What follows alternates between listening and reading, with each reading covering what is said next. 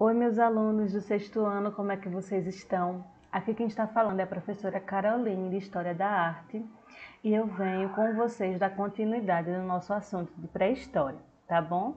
Eu espero que vocês estejam bem, que estejam fazendo as tarefinhas direitinho. Muitos já estão me enviando as tarefas, eu estou ficando muito feliz, estou corrigindo todas elas. E os outros que ainda não estão conseguindo fazer, podem me perguntar para tirar as dúvidas, tá bom? Vamos lá para a nossa aula. A nossa aula de hoje é sobre arte na pré-história brasileira. Como a gente estava trabalhando na última aula, a arte na pré-história, a gente percebeu que essas artes rupestres, elas se estendiam por todo o mundo e também aconteceu aqui no Brasil. Ainda existe aqui no Brasil. É possível perceber nos grandes sítios arqueológicos situados no território brasileiro. Portanto, para começar a falar de arte pré-histórica, de arte rupestre, a gente precisa falar dos sítios arqueológicos aqui no Brasil, porque são eles que preservam esses vestígios da ocupação humana. Bora conhecer um pouquinho sobre eles? Os sítios arqueológicos são os locais onde se encontram esses vestígios de ocupação humana dos nossos ancestrais pré-históricos. Esses sítios brasileiros são protegidos pela Lei 924/61 e considerados bem patrimoniais da União. Por conta de sua importância científica ou ambiental, podem ainda vir a ser tombados. Tombados é quando eles são reconhecidos por conta do seu valor artístico, cultural, histórico e são protegidos pelo poder público, facilitando a preservação desse lugar, reforçando assim as ações de preservação quanto à intervenção humana, quanto à ação humana nesse lugar, de destruir o patrimônio público e de fazer outras ações que podem, porventura, destruir esse bem da humanidade, que é muito importante, né, meus alunos? Até 2006, o Instituto do Patrimônio Histórico e Artístico Nacional, o IPHAN, é ele que é responsável por tombar esses patrimônios históricos, já havia identificado cerca de 10.000 sítios arqueológicos, dos quais apenas 7 se encontravam tombados. Aí eu vou citar para vocês. O Sambaqui do Pindaí, que é um sítio arqueológico que fica situado no Maranhão. O Parque Nacional da Serra da Capivara, que é um sítio arqueológico que fica no Piauí. Inscrições pré-históricas do Rio Ingá, que fica na Paraíba. Sambaqui da Barra do Rio Irapitangui, que fica lá em São Paulo. Lapa da Serra Grande, que fica em Minas Gerais.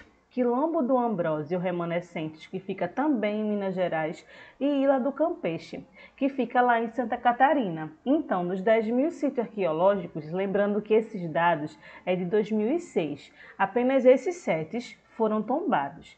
Então, agora a gente vai aprender um pouco mais dessas características, dessas artes pré-históricas no Brasil. Vamos lá? Lembrando, peguem um caderninho de vocês para anotar essas informações, tá bom? Vamos lá. Vestígios da arte rupestre em Minas Gerais. O território brasileiro possui um grande patrimônio arqueológico e valiosíssimo, embora nem sempre nós saibamos preservá-los. Em Minas Gerais, encontra o sítio arqueológico da Lapa da Serra Grande, da Cerca Grande, como eu falei agora há pouco. Ele foi tombado pelo IPHAN, Instituto do Patrimônio Histórico e Artístico Nacional, o que atesta a sua importância e aumenta as suas chances de preservação. Nas pinturas do interior de grutas e abrios da Lapa da Cerca Grande, podem ser vistas figuras zoomorfas, que são figuras que representam de animais terrestres, peixes e aves, zoo significa animais, e antropomorfas, que significa imagens humanas, que representam as imagens humanas, e até figuras geométricas. A cor predominante nessas figuras é vermelha, mas observa também o amarelo, o branco e o preto, como a gente observa aqui essa imagem que é encontrada lá na Lapa da Cerca Grande. Muito bonita, não é? Só de imaginar que os nossos ancestrais faziam esses desenhos e que hoje eles se encontram preservados. A gente tem que defender esse tipo de preservação para que a gente possa conhecer e para que os nossos filhos também possam conhecer. É muito importante, não é? Vamos lá. Naturalismo e geometrismo, duas faces da arte rupestre do Brasil. Outro importante sítio arqueológico também foi tombado pelo IPHAN, encontra-se no Parque Nacional da Serra da Capivara, no Piauí. Eu nunca fui, mas dizem que ele é muito bonito e muito rico em informações, em pinturas rupestres, dizem que ele é muito riquíssimo. Diversos pesquisadores vêm trabalhando nele desde 1970. Em 1978, bem antes de vocês nascerem, uma missão coletou no local grande quantidade de dados e vestígios arqueológicos. É assim que os arqueólogos trabalham nesses sítios arqueológicos. Eles vão em missões de escavações para encontrar os vestígios da ocupação humana nesses locais. Os cientistas chegaram às conclusões esclarecedoras a respeito de grupos humanos que habitaram a região por volta lá dos anos 6000 a.C. Vejam só, existiam pessoas aqui habitando o nosso território lá por 6000 a.C., ou talvez épocas ainda mais distantes.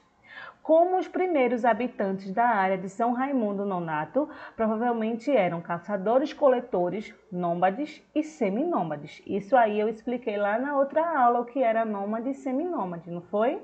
Pronto, bora lá. Os pesquisadores classificaram essas pinturas e gravuras em dois grandes grupos: obras com temas naturalistas e obras com temas geométricos. Eu vou explicar agora o que são cada uma delas, tá bom? Bora lá. Essas pinturas com temas naturalistas, a figura humana ela é predominante, seja isolada ou em grupo, em movimentos de cenas de caça, guerra, trabalhos coletivos.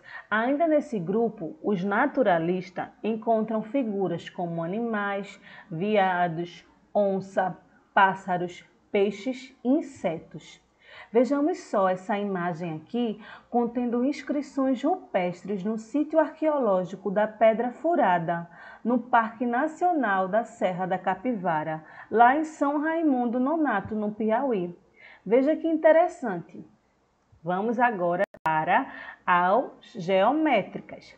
As figuras com temas geométricos são muito variadas, apresentam linhas paralelas, grupos de pontos, círculos concêntricos, triângulos, mas não apresentam aquelas figuras como animais, como presença dos seres humanos, é apenas figuras geométricas. Vamos analisar aqui essa imagem. Pintura rupestre com motivo geométrico, localizada no Parque Nacional da Serra da Capivara, lá em São Raimundo Nonato, no Piauí. Veja que interessante. Vestígios da arte rupestre na Amazônia. Em 2003, uma pesquisadora chamada Edith Pereira afirmou em seus estudos sobre a arte rupestre que é preciso conhecer e proteger o patrimônio deixado pelos povos antigos amazônicos e preservar parte da nossa história. É um dever que cabe a todos nós. Veja que importante a gente saber disso.